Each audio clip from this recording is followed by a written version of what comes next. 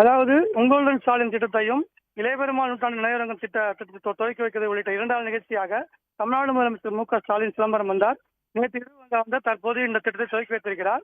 உங்களுடன் ஸ்டாலின் திட்ட முகாமை துவக்கி வைத்த பிறகு அந்த இடத்திலிருந்து சிதம்பரம் நகரின் வழியாக வந்து மக்களின் வரவேற்பை பெற்றுக் கொண்டு அம்பேத்கர் சிலையை திறந்து வைத்தார். சிதம்பரம் வடக்கு மெயின்ரோடு பகுதியில் பேட்டை என்ற இடத்தில் இந்த அம்பேத்கர் சிலை அமைக்கப்பட்டிருக்கிறது. இது ஏற்கனவே இருந்த சிலை சமீபத்தில் சிலை பழுதடைந்தது என்று புதிதாக வெண்கல சிலை அமைக்கப்பட்டு புதுப்பிக்கப்பட்டது. இந்த புதுப்பிக்கப்பட்ட சிலையைத்தான் தற்போது முதலமைச்சர் மு.க.ஸ்டாலின் திறந்து வைக்கிறார்.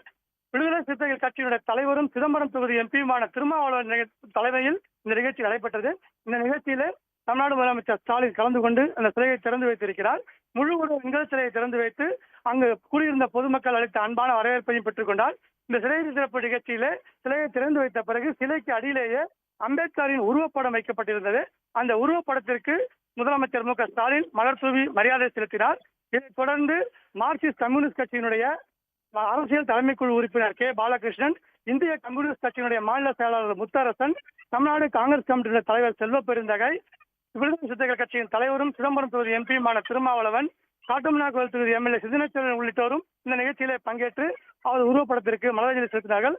அதுபோல அமைச்சர்கள், தமிழ்நாடு அமைச்சர்கள் திரு கே. நேரு, ஏவா வேலு, எம்.ஆர்.கே. பன்னீர்செல்வம், சி. கணேசன் உள்ளிட்ட அமைச்சர்களும் பங்கேற்றனர். இந்த சிலையை திறந்து வைத்த பிறகு திருமாவளவன் முதலமைச்சர் மு.க.ஸ்டாலினுக்கு சிறிய ஒரு அம்பேத்கர் சிலையை பரிசாக வழங்கினார். அதை முதலமைச்சர் பெற்றுக்கொண்டார். சிலை திறப்பு விழாவை முடிந்து அங்கிருந்த மக்களை பார்த்து கையசைத்து அவர்களின் அன்பான வரவேற்பை ஏற்றுக்கொண்டு பின்னர் காரில் ஏறி புறப்பட்டு தற்போது சென்று கொண்டிருக்கிறார். வழிநெடுகிலும் மக்கள் கூட்டம் நிரம்பி வழிகிறது. சாலையின் இரு புறங்களிலும் உள்ள மக்களை சந்தித்தவாறு முதலமைச்சர் ஸ்டாலின் தற்போது இளையபெருமாள் நூற்றாண்டு நினைவரங்கம் திறக்கப்பட உள்ள பகுதிக்கு செல்கிறார். அங்கு இளையபெருமாள் நூற்றாண்டு நினைவரங்கத்தை திறந்து வைத்துவிட்டு பின்னர் உரையாற்றுகிறார்.